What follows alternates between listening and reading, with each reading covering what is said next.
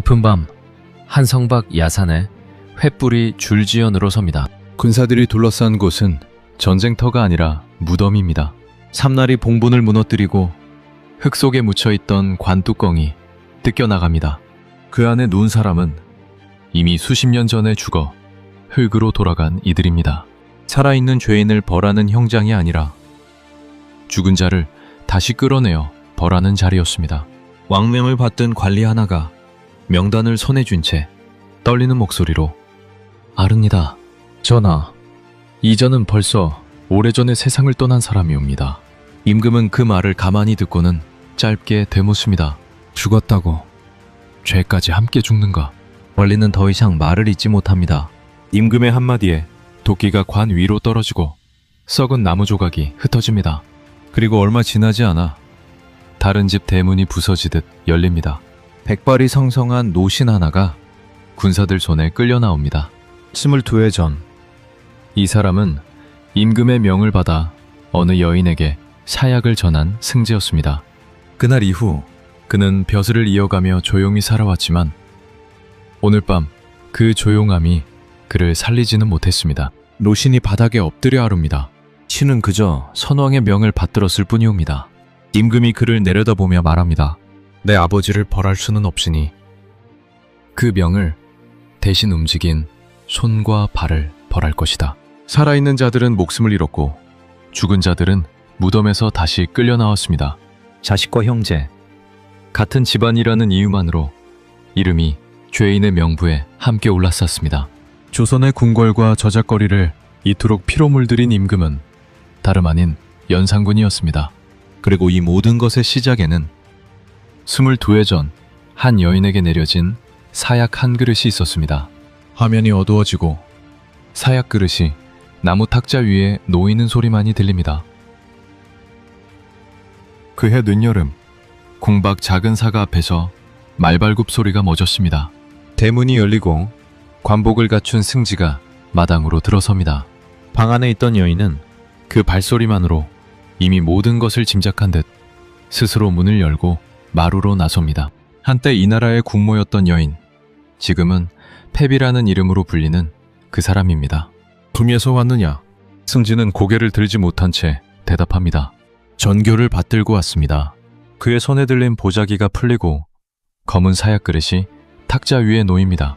그런데 패비의 시선은 그 그릇보다 먼저 승지의 얼굴로 향합니다. 세자는 평안하더냐? 승지는 아무 대답도 하지 못합니다. 그저 고개를 숙일 뿐입니다. 그 침묵이 대답을 대신하는 순간 패비의 눈에 지난 세월이 스쳐 지나갑니다. 궁에 들어온 지 얼마 되지 않았을 때 그녀는 화려한 옷보다 수수한 옷을 골라 입던 사람이었습니다. 첫 왕비가 후사 없이 세상을 떠난 뒤 검소하고 조심스럽다는 평판을 얻은 후궁이 새로운 왕비 자리에 오릅니다. 그리고 그해 왕실의 대를 이을 원자를 품에었습니다. 훗날 임금의 자리에 오를 그 아이입니다. 그러나 왕비의 자리는 사랑을 독차지하는 자리가 아니었습니다. 아들을 안고 있는 그녀의 귀에 임금이 오늘 밤 다른 처소로 향한다는 소식이 들려옵니다. 전하께서는 오늘 다른 처소에 드신다고 하옵니다. 방금 전 원자를 보고 가셨다. 전하께는 원자만 있는 것이 아니지 않사옵니까? 그 한마디에 왕비의 얼굴에서 웃음기가 사라집니다. 궁궐이라는 곳은 아이를 낳았다고 안심할 수 있는 곳이 아니었습니다. 다른 후궁이 아들을 낳는 순간 자신의 아들이 서 있는 자리도 함께 흔들릴 수 있는 곳이었습니다. 그 불안은 시간이 흐를수록 왕비의 마음속에서 조금씩 다른 형태로 자라나기 시작합니다. 그런데 문제는 그 불안이 단순한 걱정에서 멈추지 않았다는 데 있었습니다. 어느 날 중궁의 처소에서 물건 하나가 발견됩니다. 정체를 알 수 없는 문서와 낡은 인형, 사람을 해칠 수 있다고 알려진 위험한 물건들이었습니다. 임금이 그것을 앞에 두고 묻습니다. 이것이 모두 중궁의 처소에서 나왔다고 했느냐? 그러하옵니다. 왕비는 곧바로 고개를 젓습니다. 누군가 넣어놓은 것입니다. 임금은 그 자리에서 판결을 내리지 않습니다. 물건과 왕비의 얼굴을 번갈아 바라볼 뿐입니다. 이 사건이 실제로 누군가의 모함이었는지 아니면 왕비 스스로가 벌인 일이었는지 그날의 진실은 지금까지도 명확히 밝혀지지 않았습니다. 다만 한 가지는 분명합니다. 이 일을 계기로 임금과 왕실 어른들 사이에서 왕비를 향한 믿음이 조금씩 무너지기 시작했다는 사실입니다. 그리고 그 믿음이 완전히 무너지는 날이 결국 찾아오고 맙니다. 여느 아침처럼 시작된 하루였습니다. 그러나 그날 임금의 얼굴에는 붉은 상처가 남아 있었습니다. 베비가 그 상처를 보고 낯빛이 굳습니다. 임금의 얼굴에 손을 댄 것이 사실이냐? 먼저 제 말을 들어주십시오. 지금 그대가 손을 댄 것은 지아비가 아니라 이 나라의 임금이다. 이 사건 하나만으로 폐위가 결정된 것은 아니었습니다. 이미 여러 해에 걸쳐 쌓여온 의심과 갈등이 그날 아침 마침내 퍼져나온 것에 가까웠습니다. 그리고 그 자리에서 최종 결정을 내린 사람은 대비가 아니라 임금 자신이었습니다. 이제 더는 중궁의 자리에 둘 수 없다. 왕비의 몸에서 예복이 벗겨지고 머리를 장식하던 것들이 하나씩 매려집니다. 무거운 군문이 그녀의 등 뒤에서 닫히고 왕비는 하루아침에 사가로 쫓겨나는 몸이 됩니다. 그러나 이야기는 여기서 끝나지 않았습니다. 폐위된 여인을 살려둘 것인가 아니면 끝내 목숨을 거둘 것인가를 두고 조정 안에서는 또 다른 싸움이 벌어집니다. 한 대신이 조심스레 입을 엽니다. 폐비가 살아있는 한 세자가 장성한 뒤 반드시 일이 생길 것이옵니다. 다른 대신이 곧바로 반박합니다. 죄가 있다 하여도 세자의 생모이옵니다. 임금은 한동안 대답을 미룹니다. 그러다 낮은 목소리로 대묻습니다. 그래서 지금 끝내야 한다는 말인가? 그 물음이 당안을 무겁게 채웁니다. 아무도 선뜻 대답하지 못하지만 그 침묵이야말로 이미 하나의 대답이었습니다. 그렇게 시간이 흐르고 마침내 사약이 사가 앞에 도착합니다. 다시 마루 위 폐비와 승지가 마주 서 있습니다. 명을 거둘 수 없습니다. 폐비는 그릇을 내려다보며 나직이 읊조립니다. 아비가 내린 독을 마시고도 그 아이는 결국 아비의 뒤를 이어야 하는구나. 그녀는 더 이상 묻지 않습니다. 두 손으로 그릇을 들어 올립니다. 그 마지막 순간은 굳이 자세히 그리지 않아도 될 것입니다. 다만 그릇이 바닥에 내려놓이는 소리, 그 짧은 울림만이 방안을 채웁니다. 같은 시각 궁궐 깊은 곳에서는 어린 세자가 아무것도 모른 채 잠들어 있었습니다. 그날 한성의 작은 집에서 한 여인이 세상을 떠났습니다. 그러나 궁궐 안에서는 그 누구도 세자에게 어머니가 죽었다는 말을 전하지 않았습니다. 어린 세자는 궁궐 안에서 자랍니다. 넓은 정각과 화려한 단청 속에서 부족한 것 하나 없어 보이는 삶이었습니다. 그러나 그 아이의 마음속에는 늘 채워지지 않는 물음 하나가 자리하고 있었습니다. 어느 날 세자는 유모의 손을 붙잡고 조심스레 묻습니다. 내 어머니는 어디에 계시느냐? 유모는 순간 당황한 기색을 감추지 못하다가 이내 침착하게 대답합니다. 중전마마께서 세자의 어머니이시옵니다. 그분 말고 나를 낳은 어머니 말이다. 유모는 그 말에 아무런 대답도 하지 못합니다. 그저 고개를 숙일 뿐입니다. 그 침묵은 어린 세자에게 그 어떤 대답보다 더 선명하게 새겨집니다. 궁궐 안 어른들은 누구도 그 이름을 입에 올리지 않았습니다. 마치 처음부터 존재하지 않았던 사람처럼 생모의 흔적은 지워져 있었습니다. 그런데 그 침묵은 단순한 배려가 아니었습니다. 그것은 임금이 내린 아주 오래되고 무거운 명령이었습니다. 어느 날 편전에서 한 대신이 조심스레 아룹니다. 세자가 장성하면 결국 생모의 일을 묻게 될 것이옵니다. 임금은 짧게 답합니다. 묻지 않게 하라. 사람의 입까지 막을 수는 없사옵니다. 적어도 내가 살아있는 동안에는 아무도 그 일을 입에 올리지 못한다. 이 침묵은 단순히 부끄러움을 감추기 위한 것이 아니었습니다. 세자가 아직 어리고 조정의 기반이 여물지 않은 상황에서 생모를 둘러싼 논쟁이 다시 불붙는다면 그것은 곧 왕실 전체를 흔드는 불씨가 될 수 있었습니다. 임금은 자신이 내린 결정이 언젠가 아들의 발밑에서 터질 수 있다는 것을 알고 있었습니다. 그래서 그는 그 불씨를 자신이 살아있는 동안만이라도 덮어두려 했습니다. 그러나 사람은 영원히 왕좌에 앉아 있을 수 없습니다. 세월이 흐르고 임금이 눈을 감습니다. 그리고 그 어린 세자가 마침내 옥좌에 오릅니다. 새로운 임금이 된 그는 즉위한 지 얼마 지나지 않아 오래도록 봉인되어 있던 진실과 마주하게 됩니다.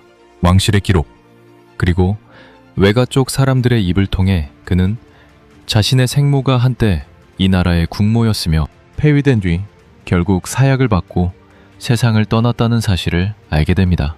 다만 여기서 한 가지는 분명히 짚고 넘어가야 합니다. 새 임금은 즉위 초기부터 생모가 왕비의 자리에서 쫓겨나 죽었다는 사실 자체는 알고 있었던 것으로 보입니다. 그러나 어머니가 정확히 왜 죽어야 했는지, 그 죽음을 주장한 사람이 누구였는지, 사약을 직접 들고 간 사람이 누구였는지, 그 구체적인 내막을 언제까지 알고 있었는지는 기록마다 설명이 엇갈립니다. 분명한 것은 하나입니다. 그가 처음부터 복수를 계획하며 왕좌에 오른 것은 아니었다는 사실입니다. 즉위 직후 임금은 사람들을 이끌고 도성 밖 외진 곳으로 향합니다. 잡초가 무성하게 자라 봉분조차 제대로 구분되지 않는 무덤 하나가 그 앞에 놓입니다. 임금은 한참을 그 자리에 서 있다가 낮은 목소리로 묻습니다. 한 나라의 원자를 낳은 여인이 이렇게 묻혀 있었단 말이냐? 곁에 있던 관리가 조심스레 답합니다. 선왕께서 정하신 일이었사옵니다. 선왕의 명이라면 아들은 평생 어머니를 잊어야 하는가? 임금은 그 자리에서 묘를 옮기고 제사를 새로이 올리라 명합니다. 그러나 신하들은 곧바로 반대의 목소리를 냅니다. 선왕이 남긴 유지와 왕실의 오랜 질서를 근거로 내세우며 임금의 뜻을 막아섭니다. 그런데 이 충돌을 거듭할수록 임금의 마음속에서는 이상한 일이 벌어지기 시작합니다. 어머니의 명예를 되찾는 일을 막는 신하들과 자신의 왕권을 사사건건 견제하는 신하들이 점점 하나의 얼굴로 겹쳐 보이기 시작한 것입니다. 그리고 그 무렵 궁궐 밖에서 한 가지 소식이 임금의 귀에 전해집니다. 외가 쪽 늙은 친척이 오래도록 간직해온 물건 하나를 임금에게 전하고 싶어 한다는 소식이었습니다. 임금은 조용히 그 자리로 향합니다. 여인은 떨리는 손으로 낡은 보자기를 풀어냅니다. 마마께서 마지막으로 남기신 것이옵니다. 붉게 얼룩진 흰 적삼이 펼쳐집니다. 오래되어 색이 바랬지만 그 얼룩만은 여전히 선명해 보입니다. 임금의 손이 그 옷을 향해 천천히 뻗어갑니다. 숨소리조차 멎을 듯한 그 순간입니다. 그런데 여기서 잠시 멈춰서야 할 이야기가 있습니다. 이 장면은 수백 년 동안 마치 실제 있었던 일처럼 전해져 내려왔습니다. 그러나 조선왕조실록 어디에도 패비가 피 묻은 적삼을 남겼다는 기록은 없습니다. 임금이 그 옷을 보고서야 비로소 어머니의 죽음을 알게 되었다는 기록 또한 존재하지 않습니다. 피 묻은 적삼은 정사가 아니라 훗날 사람들의 입과 붓을 거쳐 완성된 이야기에 가깝습니다. 그렇다면 사람들은 왜 실록에도 없는 옷 한 벌을 그토록 오래 기억하고 싶어 했을까요? 어쩌면 한 사람이 그토록 많은 목숨을 거두어야 했던 이유를 설명하기 위해서는 그만큼 강렬한 어머니의 유품 하나가 필요했던 것인지도 모릅니다. 그러나 진짜 갈등은 적삼이 아니라 그 이후의 조정에서 시작되고 있었습니다. 임금은 다시 한번 생모의 신주를 세우고 왕후의 자리로 추승하려 합니다. 그러자 젊은 언관들이 정면으로 맞섭니다. 어머니의 신주를 세우겠다. 선왕의 유교를 거스를 수는 없사옵니다. 죽은 왕의 명이 살아있는 왕보다 높다는 말이냐? 전하께서도 선왕의 뒤를 이으신 임금이시옵니다. 임금은 그 상소를 소리내어 찢지 않습니다. 다만 조용히 접어 소매 안에 넣을 뿐입니다. 그러나 그 조용함이 오히려 더 위태로워 보입니다. 분노를 소리로 드러내지 않는 사람일수록 그 안에서는 더 깊은 것이 끓고 있기 마련이었습니다. 그리고 갑작년의 봄이 찾아옵니다. 한 측근 대신이 조용히 편전으로 들어와 문서 하나를 임금 앞에 펼쳐놓습니다. 그 안에는 오래전 생모의 사사에 관여했던 사람들의 이름과 그날의 정황이 낱낱이 적혀 있었습니다. 임금은 그 문서를 천천히 훑어 내려갑니다.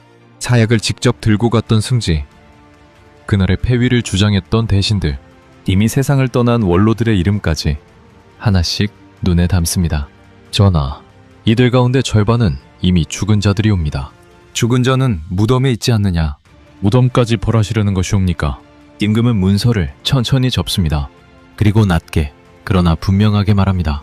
내 어머니는 무덤에서도 죄인이었다. 방 안에 무거운 침묵이 매려앉습니다. 잠시 후 임금이 다시 입을 엽니다. 그들도 그렇게 만들어라. 그 한마디가 떨어진 순간 조선의 조정 전체가 알지 못한 채 22회 전의 사약을 향해 다시 걸어가고 있었습니다. 궁궐의 밤은 평소와 다르지 않게 시작되었습니다. 그러나 그 고요함은 오래가지 않았습니다. 임금의 명을 받은 내관들이 두 곳의 처소로 동시에 향합니다. 그곳은 선왕이 생전에 총애했던 두 후궁의 거처였습니다. 문이 거칠게 열리고 비명이 담장 밖으로 새어나가지 않도록 서둘러 틀어막힙니다. 두 사람은 오래전 어머니의 폐위와 죽음에 관여했다는 이유로 이 자리까지 끌려 나옵니다. 그 소식을 들은 왕자들이 맨발로 뛰쳐나와 임금 앞에 무릎을 꿇습니다. 전하, 부디 어머니만은 살려주시옵소서. 임금은 그들을 내려다보며 낮게 되묻습니다. 내 어머니가 죽어갈 때 너희 어머니들은 무엇을 하고 있었느냐? 그 물음에 아무도 대답하지 못합니다. 그리고 그날 이후 처벌은 두 후궁에서 멈추지 않습니다. 그들의 아들들, 형제들까지 하나둘 죄인의 이름으로 불려나가기 시작합니다. 복수는 더 이상 한 사람의 죄를 묻는 일이 아니었습니다. 그것은 이제 핏줄을 따라 번져가는 불길이었습니다. 그런데 이 밤의 진짜 무게는 궁궐 담장 밖에서 기다리고 있었습니다. 22회 전 사약을 들고 갔던 그 노신이 마침내 임금 앞에 끌려옵니다. 백발이 성성한 얼굴에는 두려움보다 체념이 먼저 내려앉아 있습니다. 그날 그 사람이 마지막으로 무엇을 물었느냐? 노신의 목소리가 가늘게 떨립니다. 세자가 평안한지를 물으셨사옵니다. 임금의 표정이 처음으로 흔들립니다. 그는 잠시 아무 말도 하지 못하다가 다시 묻습니다. 그대는 무엇이라 답했느냐? 아무 대답도 드리지 못했사옵니다. 그리고 사약을 내밀었느냐? 천왕의 명이었사옵니다. 임금이 천천히 다가섭니다. 두 사람의 거리가 한 걸음 안으로 좁혀집니다. 내 아버지를 벌할 수는 없으니 그 명을 받든 자들이 대신 벌을 받아야 한다. 노신은 마지막 힘을 짜내어 고개를 듭니다. 그렇다면 오늘 전하의 명을 받드는 이 자리의 신하들도 훗날 같은 죄인이 될 것이옵니다. 그 말을 끝으로 노신은 더 이상 아무것도 묻지 않습니다. 임금 또한 아무 대답도 하지 않습니다. 다만 그 말은 이후로도 오랫동안 편전의 공기 속에 남아 있었습니다. 그러나 복수는 산 사람에게서 그치지 않았습니다. 며칠 뒤 도성 밖 여러 무덤에서 동시에 횃불이 오릅니다. 패비의 죽음에 관여했다고 지목된 원로 대신들, 이미 세상을 떠난 지 오래인 이들의 무덤이 하나씩 파헤쳐집니다. 관이 열리고 살아있을 적 그들이 지녔던 벼슬과 명예가 그 자리에서 지워집니다. 후손들의 이름까지 함께 죄안에 오릅니다. 그 중에는 사약을 전했던 그 노신과 같은 집안의 사람들도 포함되어 있었습니다. 죄는 더 이상 그날의 행동만을 따지지 않았습니다. 같은 성을 쓰고 같은 핏줄을 나누었다는 이유만으로 사람들이 줄줄이 끌려갔습니다. 이것을 두고 훗날 사람들은 한 집안 전체가 처형당했다고 과장해서 전하기도 하지만 정확히는 그 가문의 여러 관리들이 지난날의 인연과 죄를 이유로 잇따라 화를 입은 것에 가깝습니다. 죄가 행동이 아니라 이름을 따라 번지고 있다는 사실. 그것이야말로 이 시기의 가장 무서운 대목이었습니다. 그리고 마침내 궁궐 안에서 가장 피하고 싶었던 대면이 찾아옵니다. 대비의 처소. 임금과 조모가 마주섭니다. 오랜 세월 왕실의 어른으로 자리를 지켜온 대비는 손자의 눈빛에서 낯선 무언가를 읽어냅니다. 네가 어미의 한을 푼다며 나라의 법을 무너뜨리고 있다. 그 법이 제 어머니를 죽였습니다. 법이 아니다. 대비는 손자를 똑바로 바라봅니다. 네 아비가 내린 결정이었다. 임금은 그 말에 아무런 대답도 하지 못합니다. 그는 자신을 낳아준 아버지를 죄인으로 만들 수 없는 사람이었습니다. 그래서 그 분노는 아버지 대신 신하와 후궁과 조모를 향해 쏟아져 나갈 수밖에 없었습니다. 그날의 충돌 이후 대비는 급격히 몸이 쇠약해졌고 얼마 지나지 않아 세상을 떠났습니다. 훗날 사람들은 그 죽음을 손자의 폭력과 직접 연결지어 전하기도 했지만 정확한 사인을 하나로 단정하기는 어렵습니다. 다만 그 충돌이 데비의 마지막을 앞당겼다는 사실만은 여러 기록이 공통되게 전하고 있습니다. 돌이켜보면 이 모든 것은 처음부터 하나의 뿌리에서 뻗어나온 일이었습니다. 성종은 위험을 없앴다고 생각했지만 실은 아들이 언젠가 반드시 파헤치고야 말 비밀을 남긴 것이었습니다. 그리고 그 아들은 이제 어머니의 원수와 자신의 정적을 더 이상 구분하지 않고 있었습니다. 그 자리에 다시 떠오른 것은 실록에는 없던 그 적삼이었습니다. 사실이 아니어도 상관없었습니다. 사람들은 그 옷 한 벌에 이 비극 전체의 이유를 담고 싶어 했으니까요. 세월이 흐르고 궁궐의 주인은 다시 한번 바뀝니다.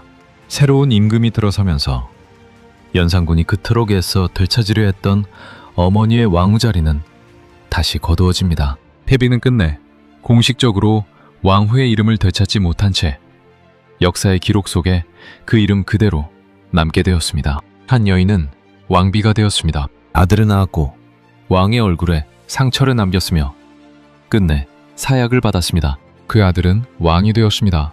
어머니의 이름을 되찾으려 했지만 그 이름 아래 수많은 사람의 목숨을 거두었습니다. 페비가 정말 피 묻은 적삼을 남겼는지는 지금도 확인할 길이 없습니다. 그러나 분명한 사실은 하나입니다.